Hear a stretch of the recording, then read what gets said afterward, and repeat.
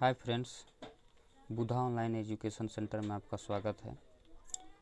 आज हम illumination chapter का स्मरणीय तथ्य पढ़ेंगे।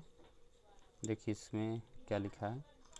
कह रहा है दृष्टिगोचर होने वाला रंग पीलापन के लिए हरे रंग का होता है, जिसे केलई रंग भी कहते हैं। यानी हम इसको केलई रंग भी कह सकते हैं। क्या कह रहा है कि दृष्टिगोचर होने वाला पीलापन के लिए हरे रंग का होता है, जिसे हम केलई रंग भी कहते हैं। ठीक है, आगे देखिए। कह रहा एक ल्यूमेन वाट यानी एक ल्यूमेन बराबर 0.0016 वाट होता है। ये इंपॉर्टेंट चीज़ है, ऑब्जेक्टिव में आपको मिलेगा कि एक ल्यूमेन यानी एक ल्यूमेन बराबर 0.0016 वाट होता है। वहीं एक ल्यूमेन बराबर 1 यानी 12.57 सीपी होता है। सीपी का फुल फॉर्म होता है कैंडल पावर। ठीक है ना। यानी एक ल्यूमेन बराबर 0.0016 वाट होता है। अगर वाट में पूछे तो 0.0016 वाट होता है। और 1 ल्यूमेन बराबर 12.57 सीपी। सीपी मतलब कैंडल पावर। ठीक है। वहीं 1 सीपी यानी 1 कैंडल पावर बराबर 0.0201 वाट होता है। अगर आपसे पूछे कि 1 कैंडल पावर इक्वल टू 0.0201 होता है। ठीक है, आगे देखिए। आगे इसमें कह रहा है प्रकाश।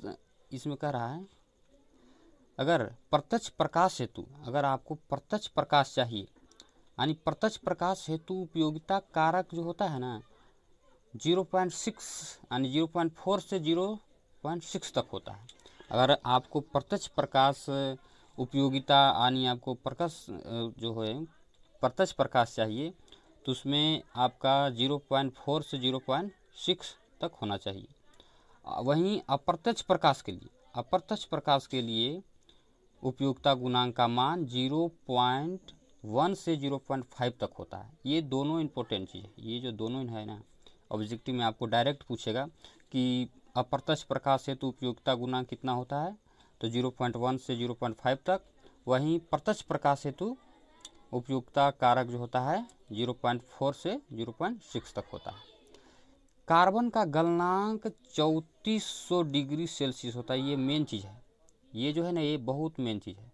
इसमें दिया है सीधे सीधे कि कार्बन का गलनांक 3400 डिग्री सेल्सियस होता है। डायरेक्ट पूछता है एग्जाम में कि कार्बन का गलनांक कितना होता है, तो आप बताइएगा 3400 डिग्री सेल्सियस। ठीक है, आगे देखिए। कार्बन का मितव्ययी कार्यकारी तापमान 2000 डिग्री सेल्सियस होता है। इसका मतलब देखिए क्या होता है। वो तो पूछ रहा था कि कार्बन का गलनांक कितना होता है, तो आप बताइएगा 3400 डिग्री सेल्सियस। लेकिन अगर आपसे पूछा है कि आपके बल्ब में जो फिलामेंट लगा हुआ है वो कितने डिग्री सेल्सियस पे कार्य करता है, तो आप सीधे सीधे बताइएगा कि 2000 डिग्री सेल्सियस तक। अगर आपसे कार्बन का गलनांक पूछे तो 3400 डिग्री सेल्सियस। अगर आपसे कार्बन का कार्यकारी तापमान पूछानी, कार्बन का जो फिलामेंट होता है वो कितने डिग्री सेल्सियस पर काम करता है बल्ब में, तो वो 2000 डिग्री सेल्सियस पर काम करता है। ठीक है, आगे देखिए। कार्बन लैंपों का प्रकाश पीला होता है। ये इंपॉर्टेंट चीज़ है। आपसे सीधे पूछेगा कि कार्बन लैंपों का प्रकाश कैसा होता है, तो आपको याद रखना है कि कार्बन लैंपों का प्रकाश पीला होता है। ठीक है, आगे देखिए। आगे कह रहा है टंगस्टन तंतु में शुद्ध फिलामेंट का गलनांक 3370 डिग्री सेल्सियस होता है। यानी टंगस्टन तंतु, देखिए ये कार्बन का गलनांक था 3400 डिग्री सेल्सियस। लेकिन अगर कहेगा टंगस्टन तंतु, अगर आपका बल्ब में तंतु जो है टंगस्टन का है, अगर शुद्ध उसका शुद्ध फिलामेंट जो होता है उसका तापमान होता है यानी गलनांक होता है 3370 डिग्री सेल्सियस। कहीं कहीं 3400 डिग्री सेल्सियस भी देता है, तो आप ये दोनों याद रख सकते हैं। यहाँ दिया है 3370 डिग्री सेल्सियस। ठीक है, आगे देखिए। इसमें कह रहा है गैस भरे लैंपों में 0.6 प्रति कैंडल विद्युत शक्ति खर्च होता है। अगर किसी लैंप में गैस भरा हुआ है, जैसे आप जानते होंगे गैस में अक्रिय गैस जैसे आर्गन नाइट्रोजन वगैरह भरा हुआ रहता है, तो वही कह रहा है गैस भरे लैंपों में 0.6 प्रति कैंडल विद्युत खर्च होती है, यानी जिस बल्ब में गैस भरा रहता है उसका मतलब वो जो विद्युत खर्च होता है वो 0.6 प्रति कैंडल विद्युत खर्च होता है। ठीक है, आगे देखिए, आगे कह रहा है कि कार्बन तंतु लैंपों में 3 से 4 वाट प्रति कैंडल खर्च होता है। अगर कोई बल्ब में तंतु जो है उसका कार्बन का है, यानी कोई भी लैंप में उसका तंतु कार्बन का होता है तो 3 से 4 वाट प्रति कैंडल खर्च करता है। यानी इसका मेन चीज़ है कि बल्ब में अगर कार्बन तंतु लगा होगा तो 3 से 4 वाट प्रति कैंडल खर्च करेगा। अगर निर्वात लैंपों में 1.2 वाट प्रति कैंडल खर्च होती है। वहीं देखिए, जैसे कार्बन तंतु, जिसमें कार्बन तंतु लैंप है वो 3 से 4 वाट प्रति कैंडल खर्च करती है। वहीं निर्वात लैंप, यानी जिस लैंप में गैस, कोई गैस नहीं रहता, यानी निर्वात रहता है, निर्वात लैंप में 1.2 वाट प्रति कैंडल शक्ति खर्च होता है। ठीक है, आगे देखिए, इसमें कह रहा है कि आर्क लैंप। अब आर्क लैंप के बारे में देखिए, आर्क लैंप क्या कह रहा है कि आर्क लैंप सिनेमा, वर्णपट मापी तथा प्रकाश गृहों में तेज प्रकाश के लिए लगाया जाता है। अगर आप जैसे सिनेमा घरों में देखते होंगे वर्णपट के रूप में, आर्क लैंप जो है वो जैसे जहाँ तेज प्रकाश की ज़रूरत होता है वहाँ हम आर्क लैंप लगाते हैं। जैसे सिनेमा घर में अधिक प्रकाश के लिए हम, तेज प्रकाश के लिए हम आर्क लैंप का प्रयोग करते हैं। तो डायरेक्ट क्वेश्चन भी पूछ सकता है कि सिनेमा घरों में किस लैंप का प्रयोग होता है, तो आप सीधे सीधे बताइएगा आर्क लैंप का प्रयोग होता है। ठीक है, आगे देखिए, इसमें कह रहा है कि मरकरी वाष्प लैंप सहायक इलेक्ट्रोड के साथ 250 से 400 वाट तक बनाए जाते हैं। देखिए, ये पूछ सकता है कि मरकरी वाष्प लैंप कितने वोल्टेज तक बनाया जा सकता है। तो मरकरी वाष्प लैंप जो है ना, इसका इलेक्ट्रोड यानी इसका जो वोल्टेज होता है कि इतना वोल्ट से इतना वोल्ट तक बनाया जाता है। तो जो मरकरी वाष्प लैंप है वो 250 से 400 वाट तक बनाया जाता है। सीधे सीधे ऑब्जेक्टिव में आपको मिलेगा। अगर इसका ऑब्जेक्टिव भी आप लोग कहिएगा बनवाने के लिए तो हम ऑब्जेक्टिव का भी वीडियो बना देंगे। आपको यहाँ देख सकते हैं, क्वेश्चन है कि मरकरी वाष्प लैंप का जो वोल्टेज होता है 400 वाट तक होता है। ठीक है, आगे देखिए, आगे कह रहा है नियॉन ट्यूब का इलेक्ट्रोड जो होता है 2 kV से 6 kV पर कार्य करता है। ये kV के मतलब आप समझ सकते हैं, kV के से हुआ किलो, V से हुआ वोल्ट, यानी 2 किलो वोल्ट से 6 किलो वोल्ट पर कार्य करता है। ये जो नियॉन ट्यूब का जो इलेक्ट्रोड है वो 2 किलो वोल्ट से 6 किलो वोल्ट तक कार्य करता है। ठीक है, आगे देखिए, आगे कह रहा है GLS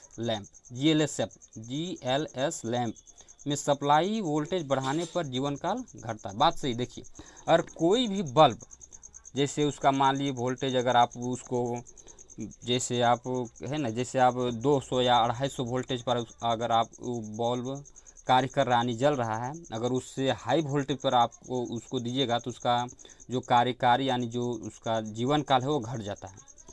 इसलिए हमेशा कोई भी बल्ब का जितना वोल्टेज का होता है उतना ही देना चाहिए। अगर ज़्यादा वोल्टेज आप उसमें को देते हैं तो उसका जीवन काल घट जाता है। जैसे यहाँ लिखा हुआ है, ये इसमें तो लिखा हुआ है GLS लैंप में सप्लाई वोल्टेज बढ़ाने पर जीवन काल घट जाता है। ऐसे तो कोई भी बल्ब का आप अगर वोल्टेज बढ़ाते हैं, सप्लाई वोल्टेज बढ़ा देते हैं तो उसका जीवन काल घट सकता है। ठीक है, आगे देखिए, इसमें कह रहा है नियॉन लैंप जो होता है, कह रहा है नियॉन लैंप कहाँ था, neon lamp cold cathode lamp है। इसका मतलब क्या हुआ, neon lamp cold cathode lamp है। इसका मतलब ये हुआ कि जैसे कोई भी बल्ब जलता है ना तो हीट ज़्यादा जनरेट करता है। ये जो नियॉन लैंप है इसका एक खासियत है कि ये ज़्यादा टेम्परेचर माने उत्सर्जित नहीं करता है, इसीलिए इसको हम कोल्ड कैथोड लैंप कहते हैं। क्वेश्चन डायरेक्ट पूछता है, आप ऑब्जेक्टिव में या कि कोई भी एग्जाम में पूछते रहता है कि निम्न में से कौन सा लैंप कोल्ड कैथोड लैंप है। कोल्ड कैथोड लैंप जो ये नियॉन लैंप है जो कि मतलब ज़्यादा हीट जनरेट नहीं करता है। ठीक है, आगे देखिए, इसमें कह रहा है GLS लैंप की ल्यूमिनियस क्षमता सामान्यतः 10 से 18 वाट तक होता है। देखिए, ये देखिए क्वेश्चन पूछता है कि GLS लैंप का जो ल्यूमिनियस क्षमता यानी इसका जो प्रकाश की जो क्षमता होता है वो 10 से 18 वाट तक होता है। ठीक है, आगे देखिए कह रहा है सोडियम लैंप हेतु ज्वलन वोल्टेज 400 से 600 वोल्ट होता है। यानी सोडियम लैंप जो होता है ना, सोडियम लैंप 400 से 600 वोल्ट तक बनाया जाता है। यानी सोडियम लैंप 400 से 600 वोल्ट तक वोल्टेज लेता है तब वो जलता है। ठीक है, आगे देखिए आगे कह रहा है सोडियम वाष्प लैंप। सोडियम वाष्प लैंप में प्रयुक्त ऑटो ट्रांसफार्मर का क्षरण प्रतिघात उच्च होना चाहिए। ठीक है, आगे देखिए आगे कह रहा है flasher bulb. Flasher bulb starter में प्रयोग किए जाने वाला हीलियम भरे लैंप जैसे होते हैं, जिसकी विद्युत वाहन क्षमता प्रायः 300 माइक्रोएम्पियर तक होता है। सॉरी, यहाँ माइक्रोएम्पियर नहीं, ये मेगा एम्पियर होगा, तक होती है एवं इसकी रेटिंग 5 वाट होती है। ठीक है, इसके आगे देखिए करा फ्लैशर बल्ब का धारा का मान एक बल्ब के धारा के मान का 4 गुना होता है। यानी जो फ्लैशर बल्ब का धारा का मान होता है ना, एक बल्ब के धारा के मान के 4 गुना होता है। ठीक है, आगे देखिए आगे कह रहा है समांतर, आगे क्या बोल रहा है कि समांतर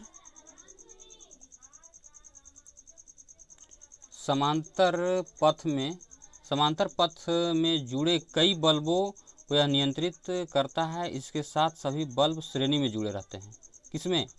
ये जो कह रहा है समांतर पथ में जुड़े कई बल्ब को यह नियंत्रित करता है, इसके साथ बल्ब के श्रेणी जुड़े होते हैं। ठीक है, आगे देखिए आगे कह रहा है घर के बाहर लगाई जाने वाली लाइट की अंतर्वेशन सुरक्षा रेटिंग IP65 होती है। ये जो IP65 है ना, ये इंडियन जो रेटिंग का रूल होता है वो है कि घर के बाहर लगाए जाने वाली लाइट की अंतर्वेशन सुरक्षा जो है, यानी इस रूल के तहत जैसे कोई भी बल्ब अगर आप बाहर रख रहे हैं तो जैसे IBR के बारे में आप सुने होंगे, जो इंडियन रूल है उसके तहत हम IP65 के सुरक्षा के तहत हम कोई भी बल्ब बाहर लगाते हैं। जैसे अगर आप कोई बल्ब बाहर लगाते हैं तो जैसे मतलब वाटर प्रूफ होना चाहिए। जैसे होता है ना कि बाहर आप लगाए हैं तो उसमें वाटर पड़ जाएगा तो ख़राब हो सकता है, इसके लिए जो IP65 में यही चीज़ लिखा हुआ है कि उसका सुरक्षा देखते हुए हम उसको घर से बाहर लगाते हैं। यही लिखा हुआ है कि इंग्रेशन प्रोजेक्शन, ठीक है, प्रोटेक्शन।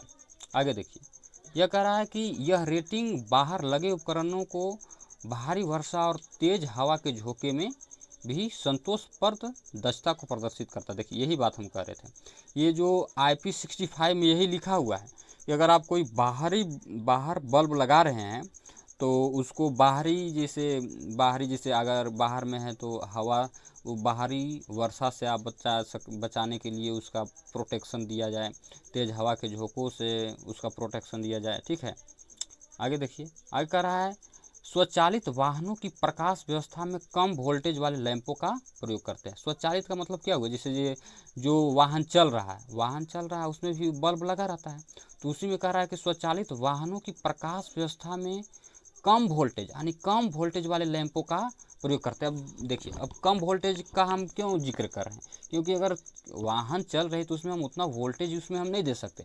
उसमें हम काम चला वोल्टेज भले ही दे सकते हैं। जैसे कोई भी गाड़ी में जो बैटरी लगा होता है तो उसमें ज़्यादा वोल्टेज का अगर बल्ब लगा देंगे तो बैटरी ही लो हो जाएगा, इसीलिए हम उसमें कम वोल्टेज का लैंप लगाते हैं कि कम वोल्टेज में ही बढ़िया लाइट हमको मिल जाए। ठीक है, इसके आगे देखिए इसमें कह रहा है नियॉन लैंप गैस विसर्जन प्रभाव पर आधारित है। देखिए ये मेन चीज़ है, ये पूछते रहता है कि गैस विसर्जन पर आधारित कौन सा लैंप है, तो ये नियॉन लैंप, इसका पूरा नाम है नियॉन लैंप। ठीक है, नियॉन लैंप जो है ना गैस विसर्जन यानी इसमें जो ये बल्ब काम करता है गैस विसर्जन के आधार पर कार्य करता है। जैसे कोई भी बल्ब में जैसे आप देखोगे कि जो इसमें किसी में टंगस्टन रहता है, किसी में कार्बन का तंतु लगा रहता है, तो तंतु पर कार्य कर रहा है। लेकिन ये जो है गैस विसर्जन यानी गैस इससे निकलता है। जैसे अगर आप इसमें करंट देते हैं ना तो गैस आयनीकृत होकर इसमें लाइट देता है, इसीलिए इसको हम गैस विसर्जन प्रभाव पर आधारित कर सकते हैं, क्योंकि गैस इसमें भरा रहता है। ठीक है, आगे देखिए कह रहा है नियॉन लैंप नली परिपथ के फायरमैन स्विच का संयोजन मुख्य स्विच के साथ किया जाता है। ठीक है, यानी नियॉन लैंप जो है ना, नियॉन लैंप में नली परिपथ के फायरमैन स्विच के साथ, मुख्य स्विच के साथ जुड़ा रहता है, वही कह रहा है।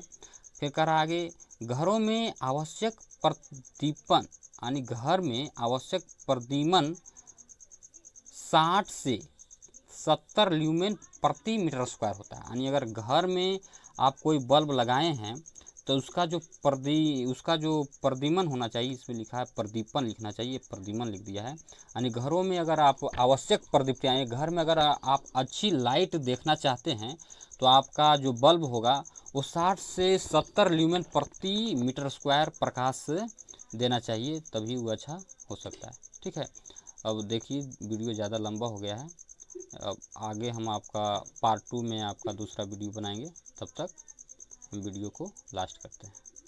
Thank you so much.